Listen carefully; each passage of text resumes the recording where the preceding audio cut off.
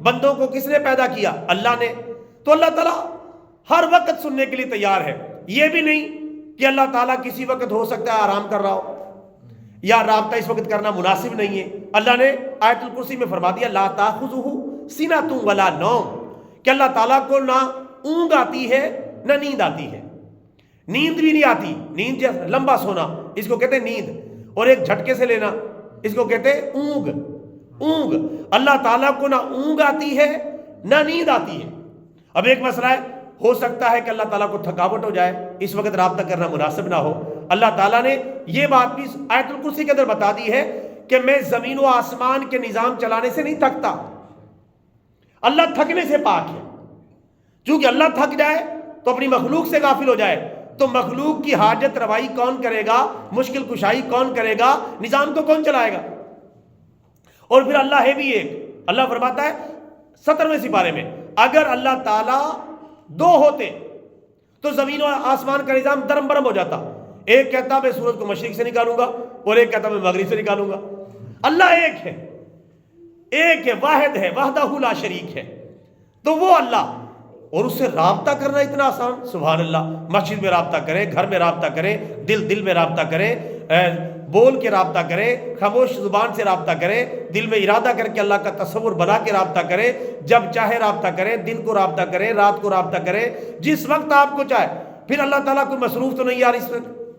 اللہ تعالیٰ کسی چیز میں مشغول ہو کر کسی چیز سے غافل نہیں ہوتا. اللہ تبارک و تعالیٰ کی ذات اتنی عظیم ہے. باقی کوئی بھی ہے اس کا ٹائم ٹیبل ہمیں دیکھنا پڑتا ہے. اللہ تعالیٰ کے ہاں ایسا نہیں ہے.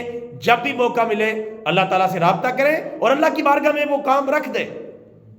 تو میرے بھائیوں، نماز اللہ تعالیٰ سے رابطے کا ایک بہت بڑا ذریعہ ہے. اس سے ہمیں فائدہ اٹھانا چاہیے. اور نماز دین کا ستون ہے. نماز مومن کی معراج ہے. نماز جنت کی کنجی ہے. نماز اندھیری قبر کا چراغ ہے. نماز کا کل قیامت کے دن سب سے پہلے سوال ہوگا. جو نماز کے سوال کے جواب میں کامیاب ہو گیا باقی اعمال میں بھی کامیاب ہو جائے گا.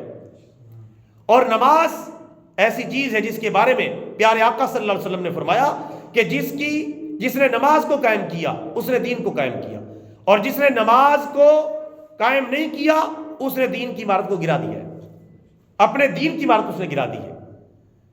اسی طرح میرے بھائیوں، نماز ہم تو معمولی باتوں پہ نماز چھوڑ دیتے ہیں. سر درد، کمر درد، جسم درد، ہلکا سا بخار، ہلکا سا کوئی طبیعت کے اندر بگاڑ، سردی زیادہ لگ رہی ہے، گرمی زیادہ لگ رہی ہے، اب گرم نرم بستروں کو کہاں چھوڑ کے جاؤں. ہم تو ان چھوٹی چھوٹی باتوں کے اوپر، نزلہ زکام کھانسی پر نماز چھوڑ دیتے ہیں.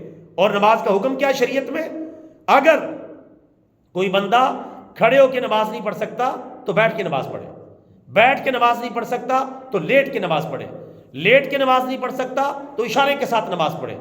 حالت امن ہے نماز پڑھے، حالت جنگ چل رہی ہے نماز پڑھے، بمباری ہو رہی ہے نماز پڑھے، دشمن کا پیچھا کر رہا ہے موقع ملتے ہی نماز پڑھے، گھوڑے پر ہے نماز پڑھے، ٹینکوں پر ہے نماز پڑھے، ہوائی جہاز پر ہے نماز پڑھے، ایمرجنسی حالات ہیں موقع ملتے ہی نماز پڑھے.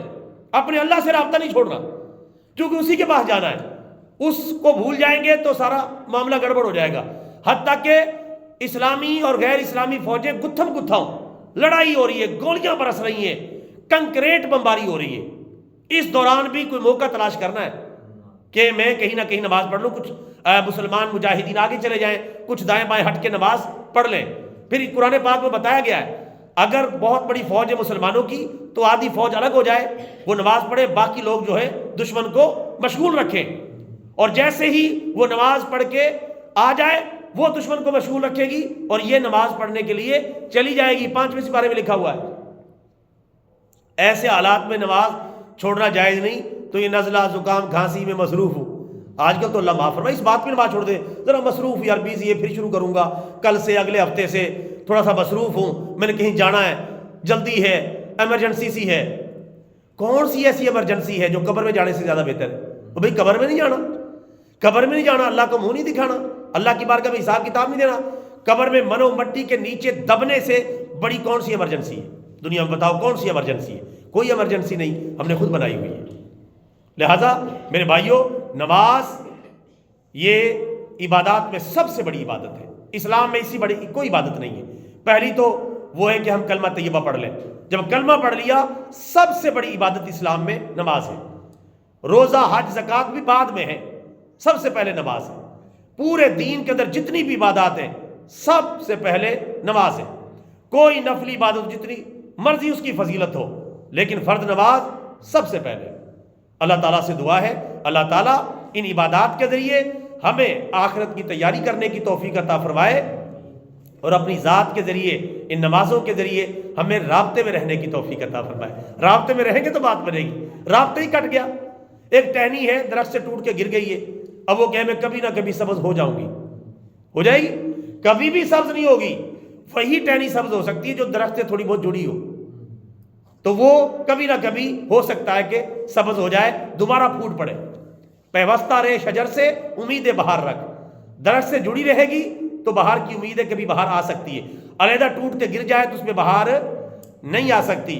جب تک ہم اللہ تعالیٰ سے رابطے میں ہیں تو انشاءاللہ سارے مسائل حل ہوں گے. اور جب رابطہ ہی ٹوٹ گیا اور پھر اللہ سے ٹوٹ گیا، جس نے زمین و آسمان کو بنایا، کل کائنات کو بنایا، ہمارے جسم کے ایک ایک حصے کو بنایا، ناک، کان، آنکھ، دانت، بال، جسم، کون سی چیز ہے، اور پھر اللہ نے ایک پوری مشینری انسان کے اندر فٹ کی ہوئی ہے. تھوڑی سی بھی ہل جاتی ہے تو بندہ ہل جاتا ہے. اتنی مشینری ہے. کہتے ہیں انسان کے اندر جو آتے ہیں اور آتوں کے ذریعے پھر وہ ریشے ہیں، ان سب کو جو ہے نکال کے پھیلایا جائے، جو اندر اللہ نے فیکٹری قائم کر رکھی ہے، ان کو پھیلایا جائے تو پوری دنیا کا چکر کئی مرتبہ کٹ جائے گا. انسان کے اندر جو یعنی تاریں اور نظام اللہ نے بنایا، پوری دنیا کے چکر کاٹ دیے جائیں اس سے بھی زیادہ. اس لیے تو انسان کائنات سے بھی بڑا انسان ہے. انسان اللہ تعالیٰ کی سب سے بڑی مخلوق ہے، اور وہی اللہ سے رابطہ نہ کرے، وہی اللہ کو بھول جائے. میرے بھائیو، ہم سب کو چاہیے نمازیں پڑھ کر اللہ تعالیٰ سے رابطے میں رہیں اور اللہ کی بارگاہ میں درخواست کرتے رہیں. جب بھی اللہ تعالیٰ اس بندے کے لیے مناسب سمجھے گا اس کا وہ کام ہو جائے گا. جلدی نہ مچائیں دعا مانگ کے، جلدی نہیں مچانی. دعا آپ کی قبول ہی قبول ہے لازماً. یا آج قبول ہوگی یا کل یا پرسوں یا ترسوں یا کچھ عرصے بعد. جب اللہ تعالیٰ آپ کے لیے بہتر سمجھے گا اس دعا کو قبول کر لے گا. ہم نے جلدی مچائی ہوتی ہے، بس قبول ہو جائے، ابھی قبول ہو جائے. اللہ کو پتہ ہے میں نے قبول کر لی، یہ چیز اس کے لیے مناسب نہیں ہوگی، اس کو جھٹکا لگے گا، نقصان پہنچے گا. اللہ کو پتہ ہوتا ہے. ہم کہہ رہے ہیں یار پتہ نہیں میری دعا کیوں نہیں قبول ہو رہی. یہ اللہ کی حکمت ہے. ہاں، اگر کوئی ایمرجنسی معاملہ ہے تو تہجد سے بھی رابطہ کر سکتے ہیں. کوئی ایمرجنسی معاملہ ہے، جلدی اللہ تعالیٰ سے معاملہ حل کروانا ہے. اللہ کے ایمرجنسی نمبر بھی ہے کہ یہ 5 وقت کی نماز پڑھیں اور ساتھ تہجد کے لیے اٹھیں. 3 بجے 4 بجے فجر سے پہلے تہجد کا ٹائم ہے. اس میں اللہ تعالیٰ کی بارگاہ میں اٹھ کے گڑ گڑائیں، روئیں، اپنے مسائل رکھیں، دین کے دنیا کے دیگر. اللہ تعالیٰ تمام مسائل کے حل کرنے پر قادر ہے. اور پھر اللہ تعالیٰ ایسا بھی نہیں یہ مسئلہ حل کر سکتا ہے یہ نہیں کر سکتا، یہ مسئلہ بھی نہیں. ایک بندہ ایک مسئلہ حل کر سکتا ہے، دوسرا نہیں حل کر سکتا. اللہ ہر مسئلہ حل کر سکتا ہے، چونکہ مسائل بھی اسی کے اذن سے آتے ہیں اور مسائل حل بھی اسی کے اذن سے ہوتے ہیں. اللہ تعالیٰ ہمیں صحیح بات کو سمجھنے کی توفیق عطا فرمائے، نماز پنجگانہ کا باجماعت اہتمام کرنے کی توفیق عطا فرمائے، اور ہماری ماؤں، بہنوں، بیٹیوں کو بھی اپنے آپ کو نمازی بنانے کی توفیق اور ہمت عطا فرمائے. آمین.